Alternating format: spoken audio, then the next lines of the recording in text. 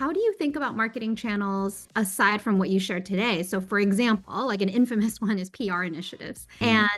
And you just mentioned right now that maybe you're focusing on specific channels at a time to try and pull out impact and distinctions. Yeah. So, but anyway, so I would just be curious to hear how you think about something like PR. Ooh, this one's tough, and this is going to go a little bit outside of anything that Madonna and I have talked about. But I'll tell you, my general approach to this is when it comes to PR, organic social, any of these types of groundswell movements. First, they have like a pretty long tail, right? So there's a spike, but it's not only about the spike. It's usually the cumulative value of that long tail, what Madonna will call, like the theta of what that impact is, right? So there's a decay rate. You get the spike, and there's a decay rate of how that performs.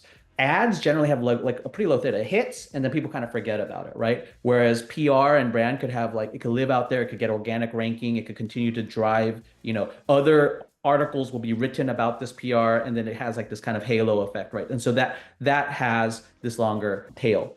But what I generally like to do around this is have a good understanding of what my brand halo modifier is. And that requires to work with customer insights and brand insights to take, like for MyFitnessPal, you should be taking regular samples on national understanding of your brand awareness and also like accuracy of understanding what your brand actually does, right? Because a lot of people just only measure like, have people heard about my brand? But as your product continues to evolve and expand, you need to make sure you understand that, do they actually know what my brand actually offers them? Like, what's our differentiation versus kind of a very crowded space?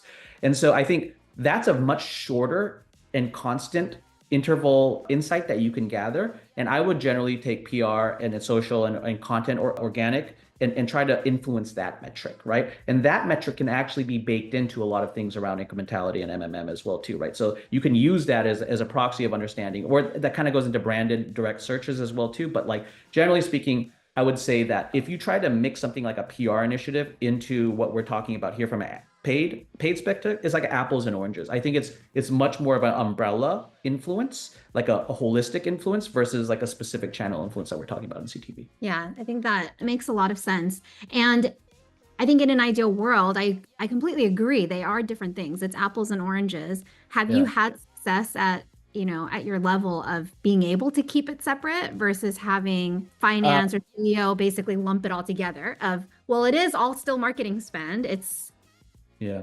to So have it be kept separate. yeah, this is less about your methodology and more about the human being that you're talking to, right? So it has to do with the CEO and the CFO, right? Like you can take a horse to water, but you cannot force that horse to drink, right? And so I think that if you try to approach this conversation from a purely attribution perspective, it will never work out. It never has worked out, right? I think it's really more about a couple of different things, like correlating. Well, first, I think establishing like, do we want to measure brand? Do we conceptually believe that brand awareness, nationally is additive to the way that we think about overall conversion rate in advertising?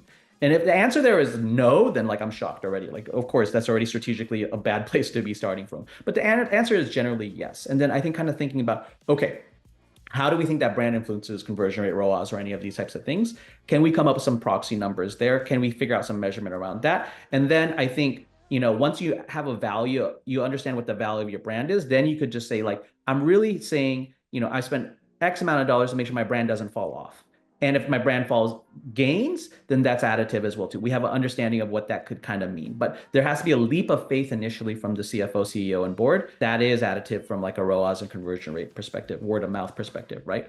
The other thing is like, I think that you should, other than brand awareness and like brand kind of like accuracy of understanding your brand, if you can, you should be looking at like word of mouth referral programs and K factors, because those are usually very highly influenced by PR and brand initiatives as well too. So if you're not measuring like a referral rate and K factor, then I would highly recommend that you start looking at those, because those are quantifiable metrics that CFOs really like.